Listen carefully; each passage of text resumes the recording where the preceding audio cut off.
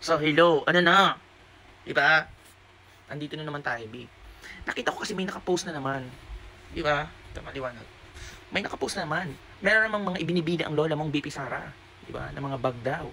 Isang kaibigan themed bag daw siya. Ang pagbabago na themed bag daw siya sa libro ni Sara na isang kaibigan. No? Tapos ang mga nakatatakbihan na to, wala man may inspire sa mga Angry Birds. Bakit mo tinatakan ng mga Angry Birds yan, Ri? Oh, personal ko lang naman to. Yan yung tingin ko. Dapat yung mga taong may mga photographs na tumutulong, nagmamano, di ba? Nagmamahalan as a friend. Nagsusuri ka sa mga taong nagawan mo ng masama, napagbantaan mo. Pero kung hindi ka mag-sorry, okay lang naman, Bi. Ano ang sense ng isang kaibigan? Di ba? Dapat yun pa lang, ina-apply mo na sa sarili mo. Ano ba yung essence ng librong isang kaibigan, B?